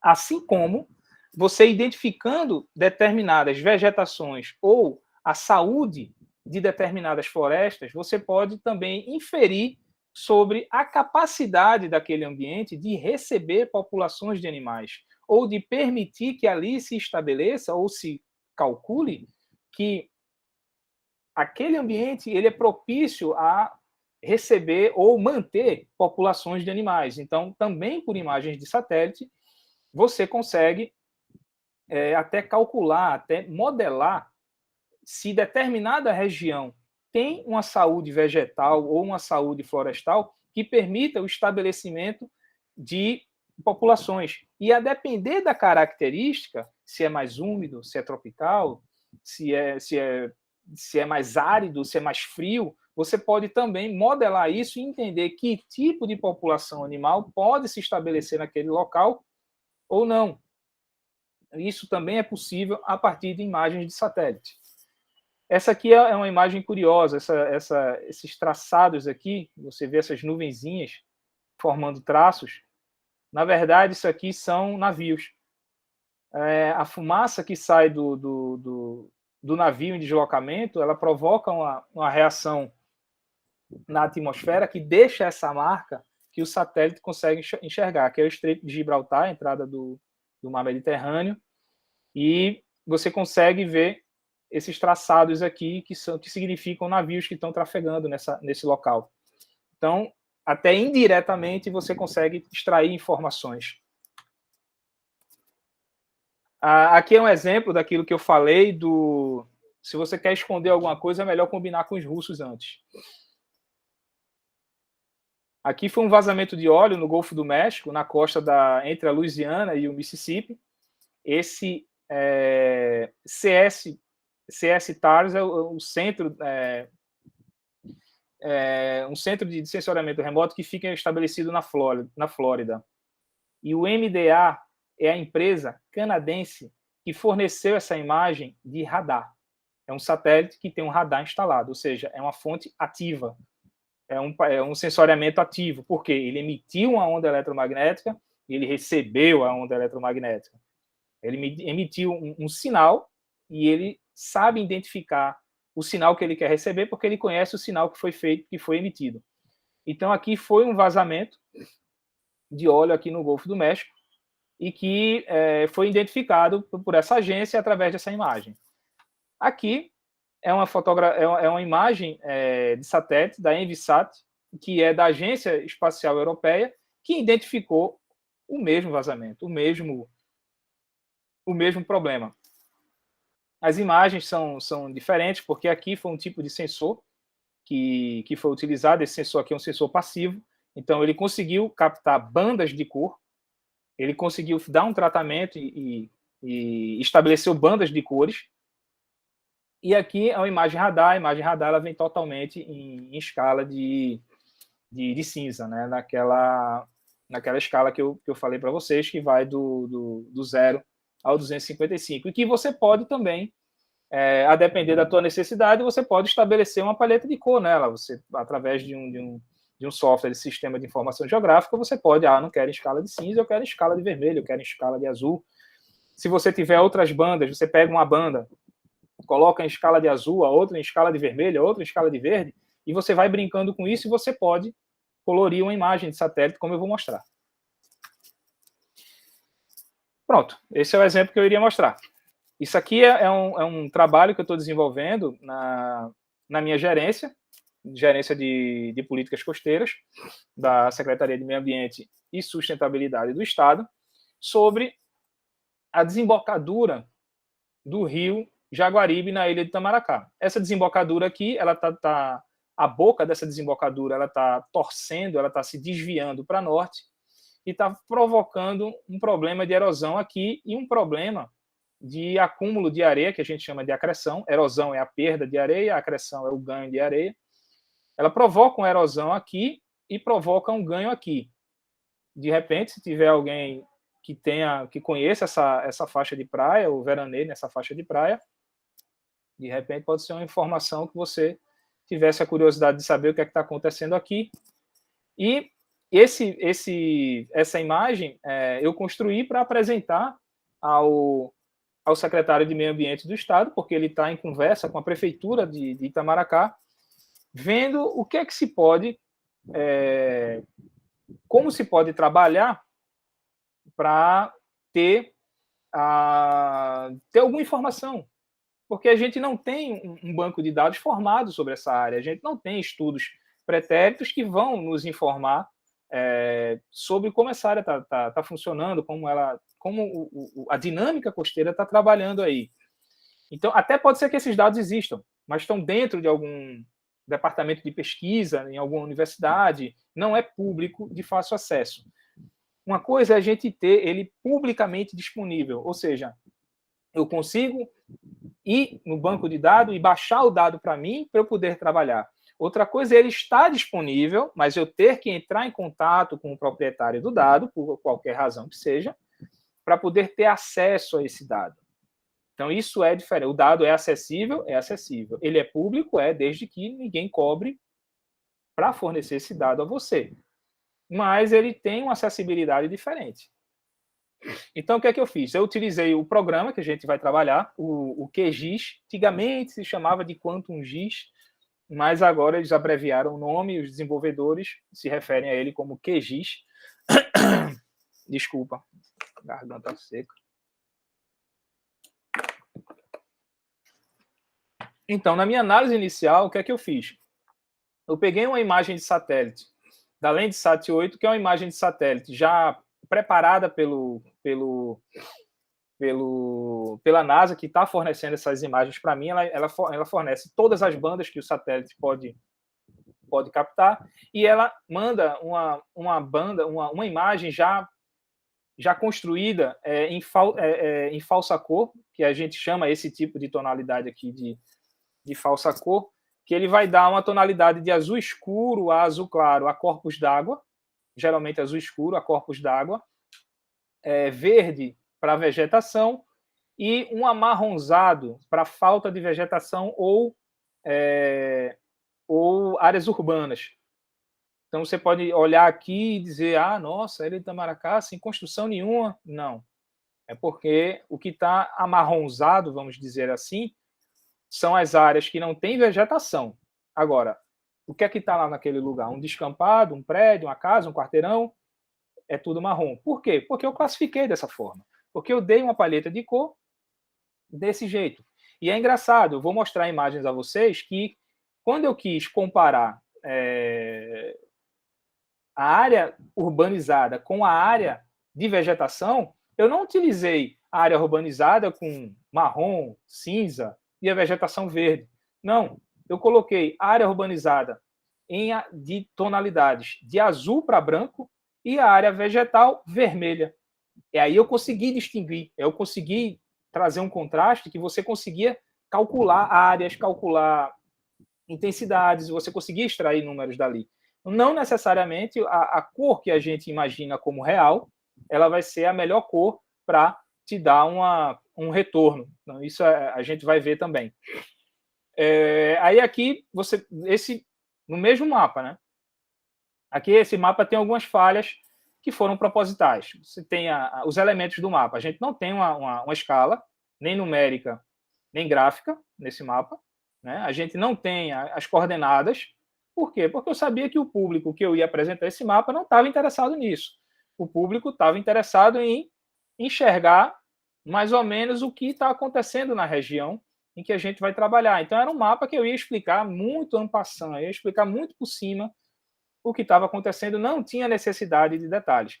Mas um mapa correto, um mapa em que você tem essa, que eu digo, obrigação até, porque não custa nada, a gente vai ver que não custa nada fazer isso.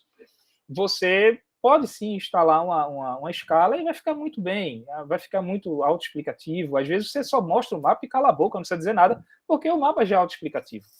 Enfim, então eu fiz esse recorte aqui para dar destaque a essa área. Aqui você pode perceber que a imagem está pixelada, por quê? Porque eu fui além da escala de 1 para 1. A gente tem, como eu mostrei, né, as escalas de 1 para 1000, 1 para 10.000, 1 para 100.000, 1 para 25.000, 1 para 50.000. Aqui eu fui além da escala de 1 para 1. E aí pixelou a minha imagem. Mas ainda dá para você ver algumas riquezas de detalhe, que o que interessa é você enxergar essa desembocadura do Rio Jaguaribe. Aqui é a Praia do Sossego, aqui é a Praia de Jaguaribe, lá para cima, Enseada dos Golfinhos. Então, você consegue identificar esse alvo, esse cenário, essa cena. E aqui, como eu falei para vocês, que tinha um programa que é de fácil acesso, que você pode extrair informações dele de forma fácil, que é o CASSI. Eu vou dar o link dele. E esse programa, o que é que ele faz? Ele automaticamente ele vai extrair linhas de costa dessas imagens do Landsat 8 ou do Sentinel-2. Sentinel-2 é da Agência Espacial Francesa. E o Landsat 8 da Agência Espacial Norte-Americana, que fazem parte do banco de dados de imagens da Google. Então, lá eu consigo pedir para ele extrair essas linhas de costa, e a partir dessas linhas de costa, ele me dá tanto a linha de costa quanto já uma análise estatística, para eu entender como essa linha de costa se comportou ao longo dos anos. Então, eu vou conseguir dar aqui uma noção de o quanto ela regrediu nessa parte que está tendo erosão, o quanto ela progrediu na parte que está tendo acreção.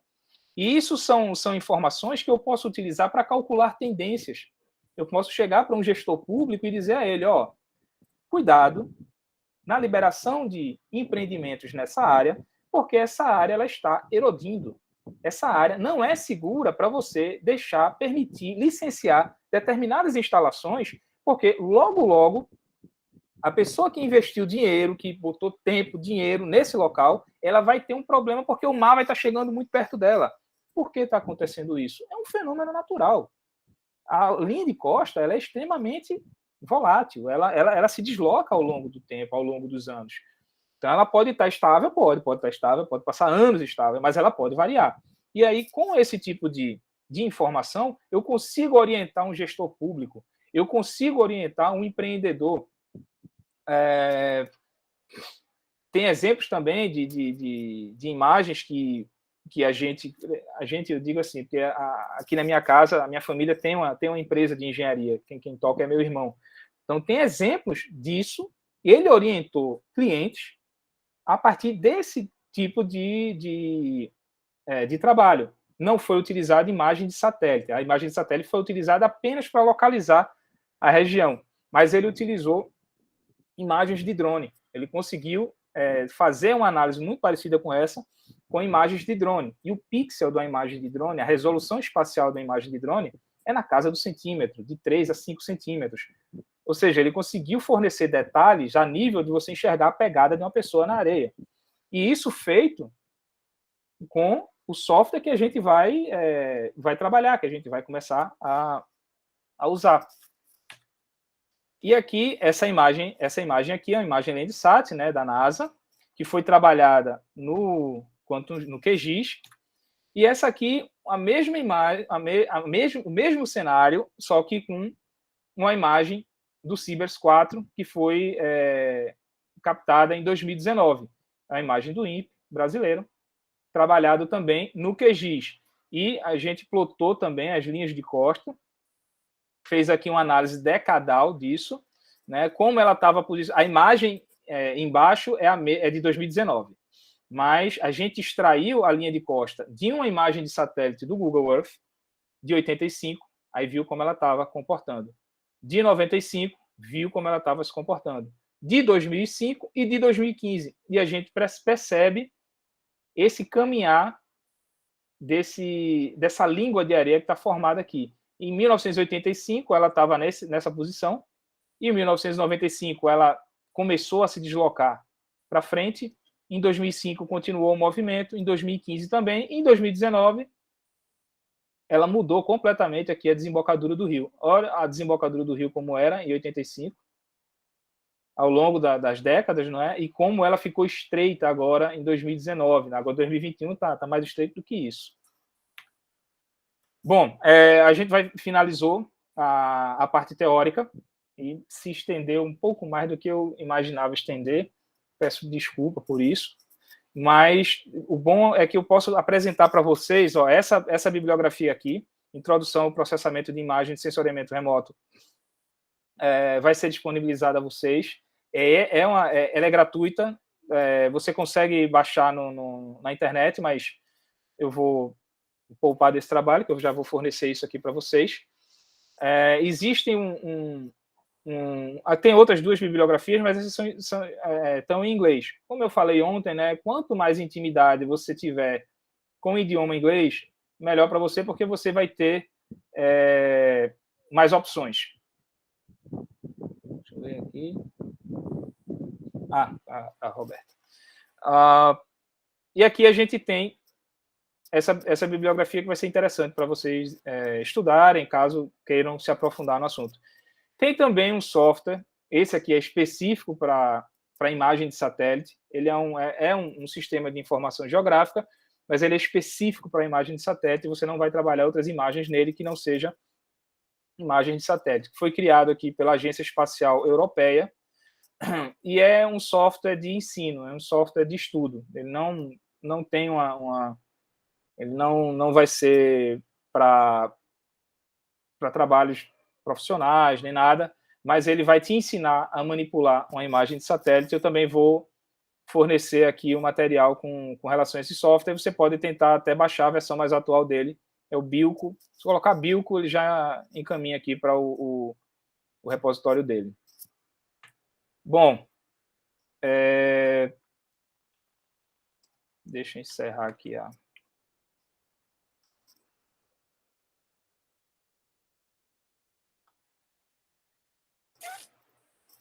Vou apresentar para vocês o QGIS.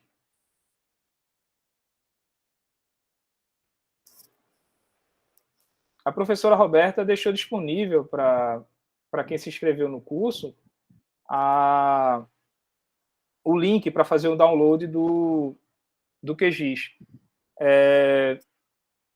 Todo mundo conseguiu fazer esse download? Vocês têm o QGIS instalado no computador?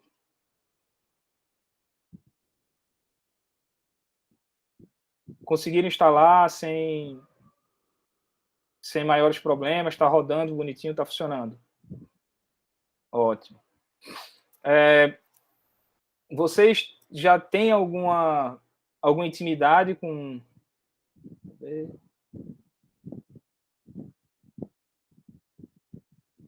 Certo. Vocês já têm alguma intimidade com esse software? Já utilizaram alguma vez?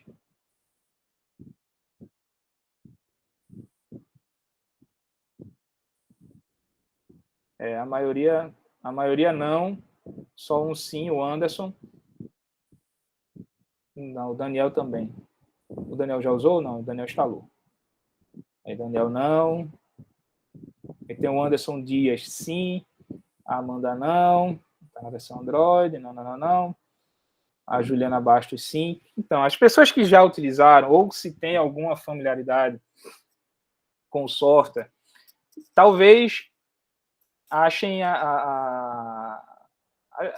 as próximas práticas um pouco chatas, se vocês já têm um nível de conhecimento que seja equivalente ou maior do que eu pretendo trabalhar aqui com vocês. Porque, como eu falei, o objetivo é fazer um treinamento pegando o mais base possível para todo mundo conseguir caminhar junto. Então, ele é um software, assim, ele pode inicialmente até intimidar um pouco, você achar que ele é difícil, mas não é. E ele é muito funcional. Ele é muito funcional. É um software que foi escrito em Python, ele foi construído em Python, que é uma linguagem muito utilizada no mundo científico. Ele até abre para você um console Python para você programar algo que, porventura, você não esteja encontrando nele. Comigo nunca aconteceu. E você pode programar aqui o teu script, o teu algoritmo para trabalhar junto com você, trabalhar a seu favor. Então, vamos lá. Você vai inicialmente importar os dados que você vai trabalhar nele através dessa... Eita, o meu está todo em inglês, ó. Através dessa teclinha aqui, que é o gerenciador de dados que você vai importar para dentro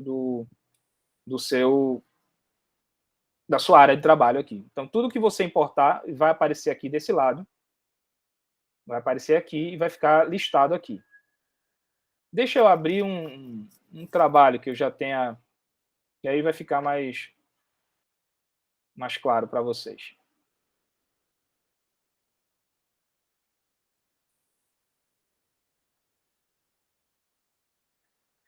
Então, quem nunca utilizou, vou abrir aqui.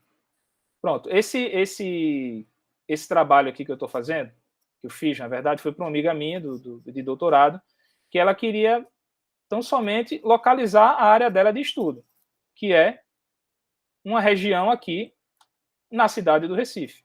Então, eu vou ensinar vocês como baixar essa base de dados, como você ter o mapa do Brasil aqui, como você destacar o mapa de Pernambuco dentro do mapa do Brasil, como você destacar o Recife dentro do mapa de Pernambuco, como você utilizar outros bancos de dados para compor a sua imagem, como essa aqui. Esse banco de dados aqui são imagens de satélite do ArcGIS.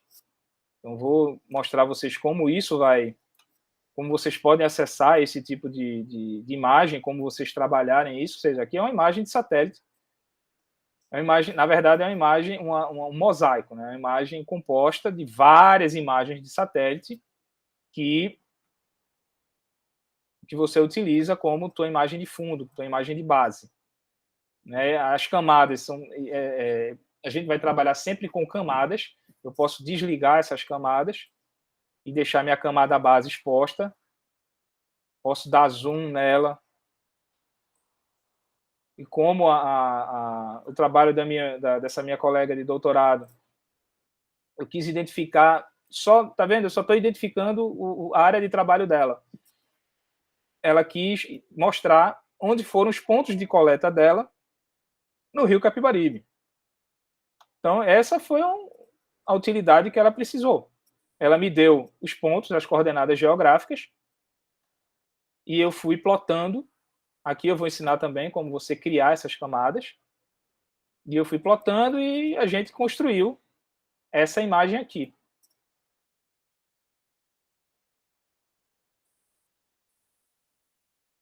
Um mapa de localização da área de trabalho dela.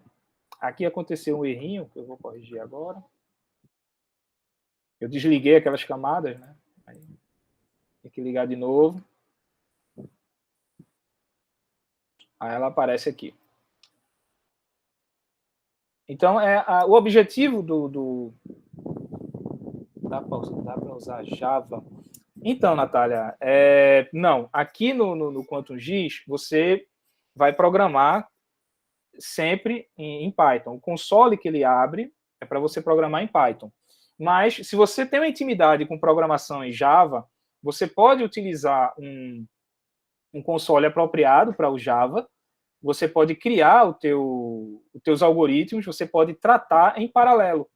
Você pode, determinada função eu não estou conseguindo desenvolver no QuantumGIS, ou porque ela não existe, ou porque enfim, qualquer outra razão que seja, eu posso desenvolver isso no meu no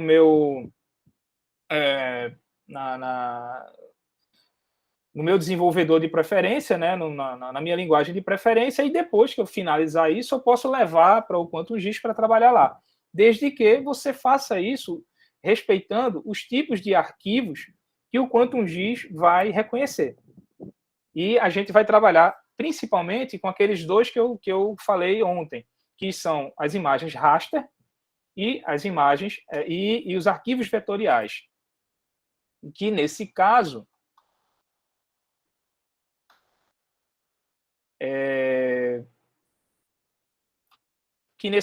a imagem aqui que a gente está vendo, América do Sul, Brasil, Pernambuco, os pontos de coleta, o recorte da cidade do Recife, todos eles são imagens vetoriais.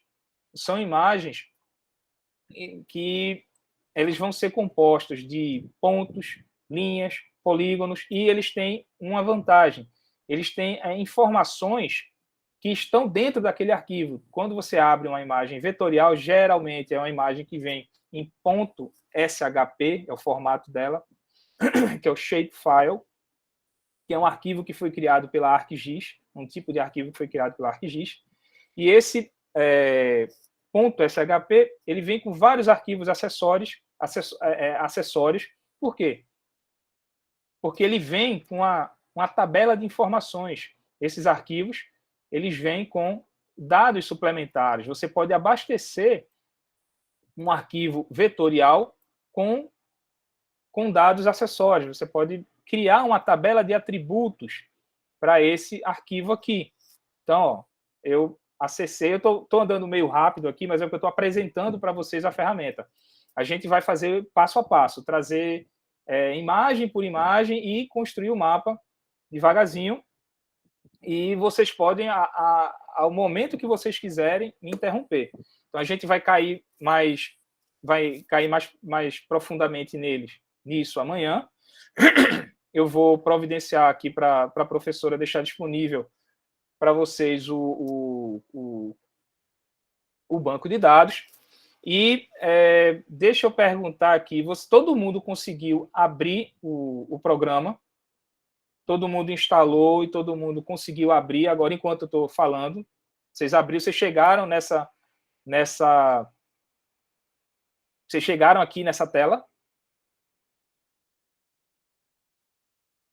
Massa, bom. Então, assim, não tem problema de instalação para ninguém. Outra coisa que a gente vai precisar é o seguinte. Veja se vocês encontram essa abazinha aqui de cima, a aba de plugins. Todo mundo consegue encontrar essa aba? Encontrando essa aba, a gente vai aqui, ó, no gerenciador e instalador de plugins. Aí ele vai demorar um pouquinho, mas aí ele vai abrir uma janela dessas aqui para vocês. E se tiver todo mundo aberto aí, se tiver todo mundo funcionando, já vai começar a testar, né? Então a gente vai aqui procurar esse Quick Map Services. Esse plugin aqui, você vem aqui em procurar, em pesquisar e coloca Quick Map Services. Vamos ver se todo mundo consegue fazer isso. Quem não conseguir, me avisa aí.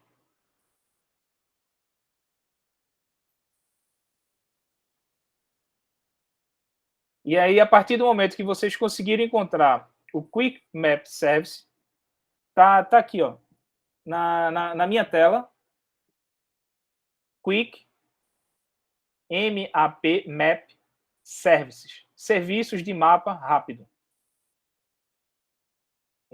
Conseguiste, Daniel?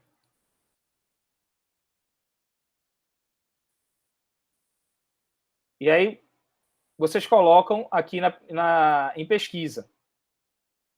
E aí pede para pesquisar. Encontrando ele, você vai só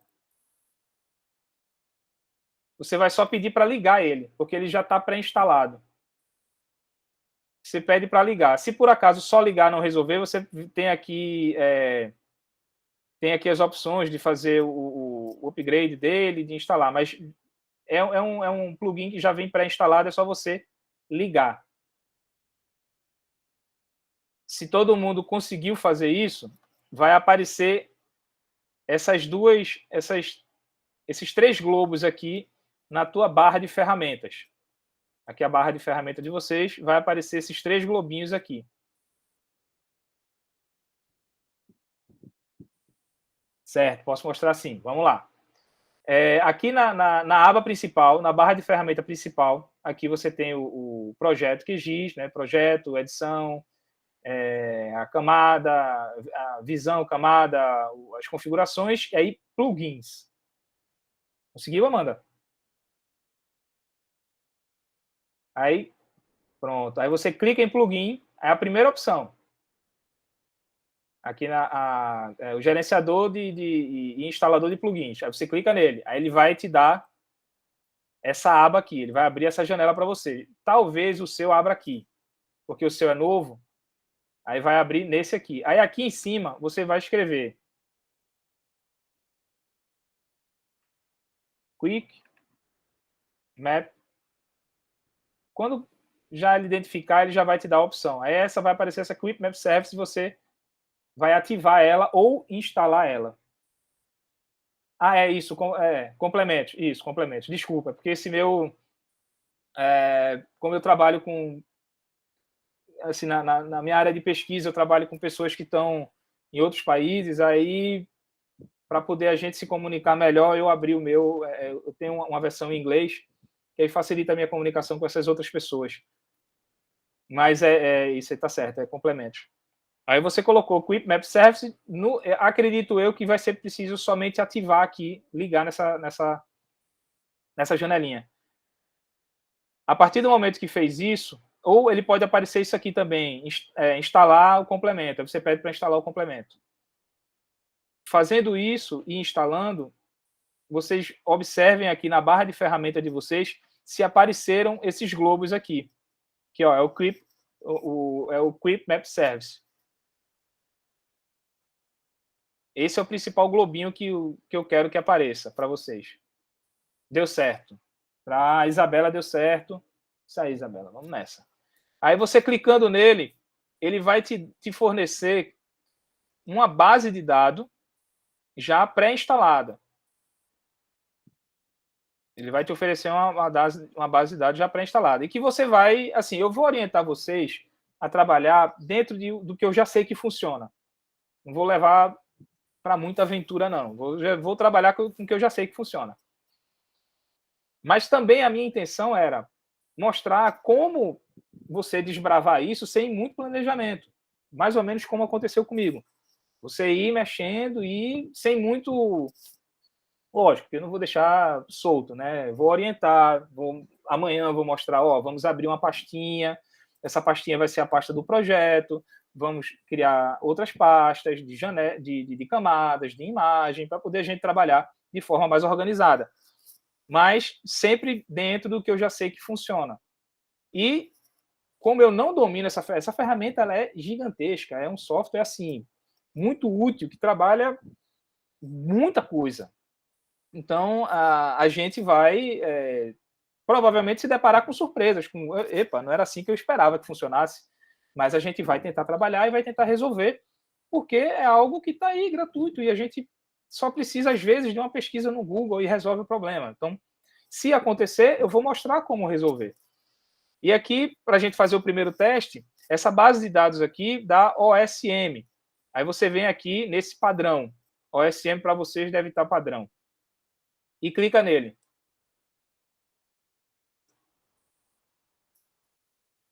Eu espero que ele funcione. Eita, bugou. Acontece às vezes. Principalmente se você baixou a versão mais nova, a versão mais atual do Quantum GIS. Às vezes acontece isso. Então é sempre bom, à medida que você está trabalhando, você está salvando. Porque se der um bug desse, é normal, você pode ir pesquisar lá na página do QGIS, aí ele dá isso aqui, ó, inesperadamente, ele foi encerrado. Então, deixa eu fazer rapidinho, porque já deu o tempo da aula. Deixa eu fazer rapidinho aqui, restaurar ele rapidinho, só para mostrar a vocês o que eu queria ilustrar como a primeira base de dados que você já pode começar a trabalhar. Você já pode começar a identificar a tua área nesse passo rapidinho aqui que a gente está fazendo. O meu não aparece as opções, Daniel. Vamos lá, Daniel. Ele não aparece nenhum globinho desse aqui, nenhum... Mas...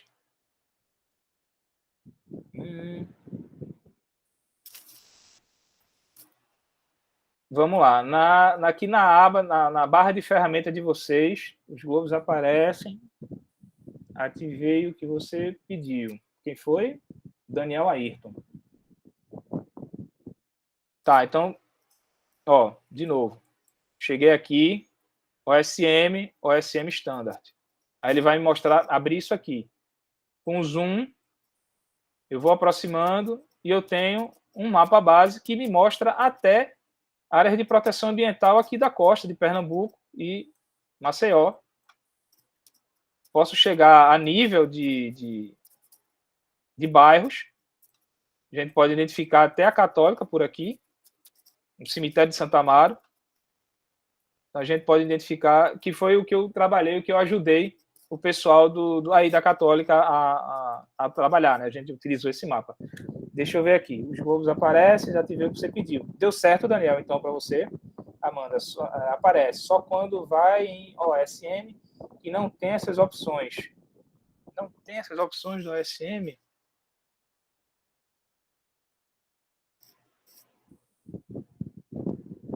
Só tem uma. Qual a opção que aparece do OSM para você, Amanda? Mas aí aparece esse mapa. Pronto, aparece esse mapa. Então, vocês devem estar trabalhando com uma versão um pouco mais atualizada do que a minha. A gente vai, à medida do tempo, eita, a aula já estourou, então vou encerrar. Mas, assim, à medida que a gente vai trabalhando com o QuantoGIS, a gente vai entender que pode existir... Pronto, mas só aparece standard. Não, tudo bem, é esse aí. A gente vai trabalhar... Esse standard foi um exemplo que eu quis mostrar para vocês entenderem que vocês já têm uma base de dados pré-estabelecida aqui que já pode quebrar o galho de muita gente.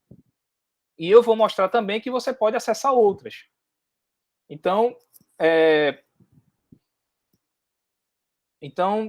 já que está funcionando, beleza, a gente cumpriu o objetivo. Na verdade, eu queria andar um pouquinho mais hoje, mas eu terminei falando muito. Mas, assim, a gente cumpriu essa primeira etapa. A gente conseguiu fazer o download do QuantoGIS, eu consegui apresentar aqui o QGIS para vocês. A gente já acessou uma primeira base de dados.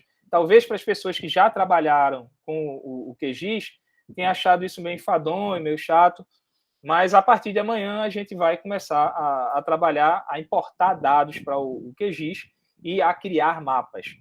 E isso é até meio artesanal, porque cada um vai ter uma preferência, um gosto, uma forma de desenhar o mapa, de determinar o seu mapa, mas a depender do tipo de serviço que você vai prestar, ou da revista que você queira publicar, ou do que você queira mostrar, talvez você precise seguir algumas regras, talvez você precise seguir algumas normativas, e aí o seu mapa vai ficar mais engessado, porque você não vai ter a livre escolha de fazer do jeito que você quer.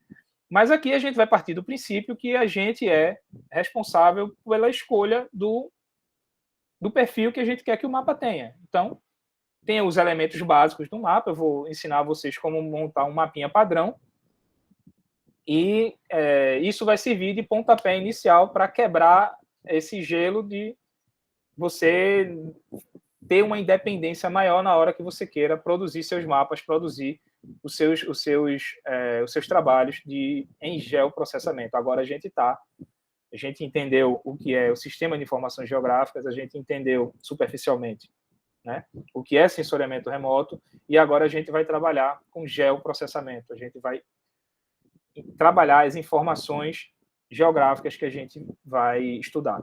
Tá certo, gente? Eu agradeço muito aí para todo mundo que teve a paciência. Eu que agradeço, Anderson. Cara, um elogio desse a gente leva para dormir bem. A gente deita a cabeça no travesseiro com aquela sensação, missão cumprida. É gratificante. Obrigado, gente. Mas aí, amanhã tem mais, amanhã a gente vai começar a trabalhar mais com a mão na massa, aí eu vou pedir mais paciência, porque a gente tem que andar junto, né? A gente tem que conseguir fazer com que o grupo ande junto e todo mundo consiga produzir, assim, cada um vai produzir uma forma individual, né? Não vai sair exatamente igual para todo mundo, a não ser que a gente estivesse seguindo uma receita de bolo, mas vai ser livre. Eu vou dar sugestões básicas e vocês, a partir daí, o céu é o limite. Tá bom? Gente, muitíssimo obrigado aí pela participação e paciência de vocês. E amanhã, se Deus assim permitir, a gente volta a conversar e eu volto a trazer mais informações aqui para vocês. E é isso. Valeu. Obrigadão. Boa tarde para todo mundo. Bom descanso.